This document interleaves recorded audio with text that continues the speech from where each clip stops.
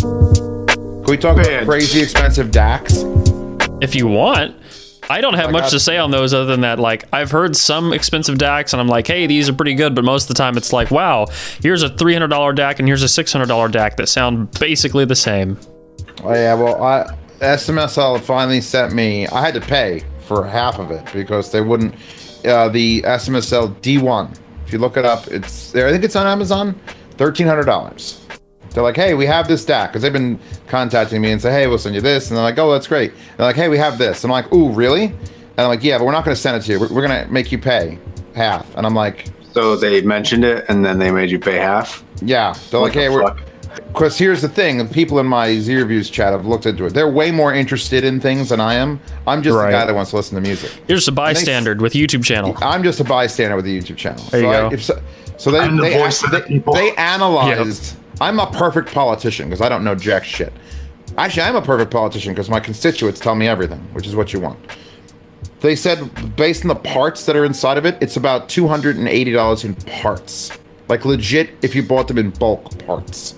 Like the twin DACs or quad DACs and the power supply parts. So this is like, the goddamn thing is 8 pounds and it's like the size of a textbook. Okay. It's a monster, and here's the thing. I reviewed the SMSL SU8, which is the exact same form factor, weighs about 3 pounds, and costs $250, and is also a balanced DAC with a remote control. So I'm now gonna be going from, and I said it was one of the best DACs I've heard, because it's fully balanced, ran it right through my own S7, plugged it in, used it for my Stax L300 Limited review. Like, it's great.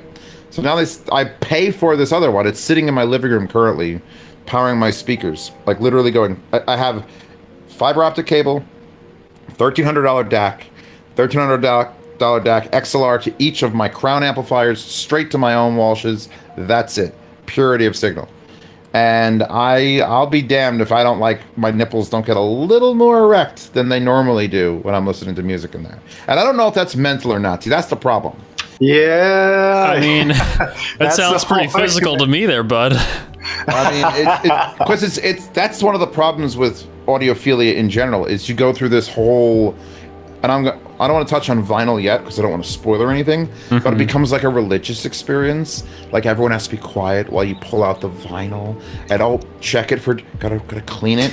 Talk as gently as possible while you quiet. Yes, while you explain the components used in this system. Yes, exactly. So I pulled this 8-pound brick out and I dropped it on the table. And I'm like, this, and then I turn it on, and it's just like I feel like it should do something amazing, and maybe it is, but it's like maybe. It's just a maybe. You know, that's how people are at RMAF, and Josh, you're going to see that a lot. The people that come into, you go into a room and they're just like, what record would you like to listen to today? And stuff like that. They all talk really soft. My favorite thing from RMAF, the first time I was there, you walked into the Kef Blade room, but I'm not even sure it was the Kef room. It might have just been a room using Kef blades. Here we go. And you walked in and there was a man who said this to every person that walked into that door. We're listening to Botticelli on a mono cartridge from an original pressing. So we were listening to a mono vinyl. And that's all he would say over and over again. We're listening to a mono pressing of mono. And we're just sitting there in front of these like $30,000 speakers listening to a mono recording. And I'm like, why? The fuck? Like, I looked at my friend like, is this guy serious? Could I have something in stereo now? Because mono, because you think about it, you'll have twice the groove width. It's the most pure. Some people, and I'm not kidding you, believe that stereo is the devil and mono is the way it should be. I'm making this up. I'm making it up. Here's my perspective on all this controversial stuff. Everything from amplifiers to DACs to vinyl, it's to cables even. If you think it matters and you're willing to pay for it, that's fine. You do you, man. But if unless it's like a company that is literally selling rocks or something, then obviously that's bullshit and they're scamming people, whatever. Mono. But if you think it makes a difference, then just go with it. It's cool, whatever. I don't mono to stereo, that is technically a difference. I don't think it's a good difference, but it is a difference. I mean, no. I'm not talking about the on stereo speakers either. Put one. I'm not talking about the difference. I'm talking about whether or not the difference is a good thing or a bad thing. Here's what you obviously a difference, but you want to go all out, bro. You got to get 2 vinyl copies of everything. You got to get a left and you got to get a right, and then you got to sync the records together. Is that an option? You know what? It should be. If we went to RMAF with a room selling that, we'd all be driving Ferraris next year. All right, this is what we're doing now, boys. We're gonna make dual mono vinyl. Actually, you know what? No, screw it. They can't know this. 5.1 mono vinyl. Mono. Oh, you know what? That would allow you to run 5 records. That would allow you to run a completely balanced setup because you'd have one mono setup. You know, one mono record player, a separate analog source, an amp, and speaker for everything. Can the records be sold in like a giant faux hard drive that have all individual tone arms? And then you just go through, so it's like the size of a VCR. Then you have to make sure you go through and you tell people like, now make sure every speaker is on a separate circuit using our patented power delivery cables. Yes, magnets. We should really have this conversation before, or sorry, after. No, we gotta tell you before. I hope to God the magnetic cable place is there, because Josh will get a kick out of it. There was a place selling cables. No, all they had was a room filled with cables. All they had the room was filled with cables, and all they did was say, "There's magnets." Like they didn't actually use wire. They just use magnets touching each other through the entire length. They were like $100,000 a set. What if you walk in there with a fridge magnet and just slap it on the side and walk out? I don't know. I'm thinking about we should get a custom fridge magnet made that says cables don't matter and slap it on the side. Oh my God, custom fridge magnets would be great. To wipe a hard drive on accident sounds like that. Oh man, sort of like hand screen. We gotta get a stamp that we could just stamp things. Actually, what we need is we need to convince people that floppy drives are the best method for balanced audio and that you need dual floppy drive readers.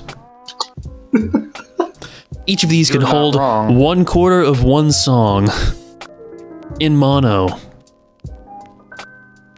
The floppy drive allows for the highest possible bandwidth. You're not wrong. You just keep saying right things. You just got to say it in that voice really softly. And BS a reason as to why it's better, and then suddenly, congratulations, you're a snake oil company.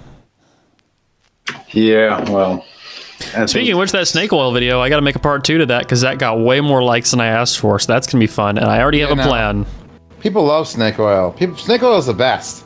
Hey, speaking of that, I told you that I'm going to try and meet with Paul from PS Audio, and we're going to do that thing where he's going to sit down, do blind listening tests, and tell me which cables, USB cables, are like the fancy ones and which ones aren't. Oh, invite him to the house. Oh, he said that? Yeah, he said he was down as long as things line up good.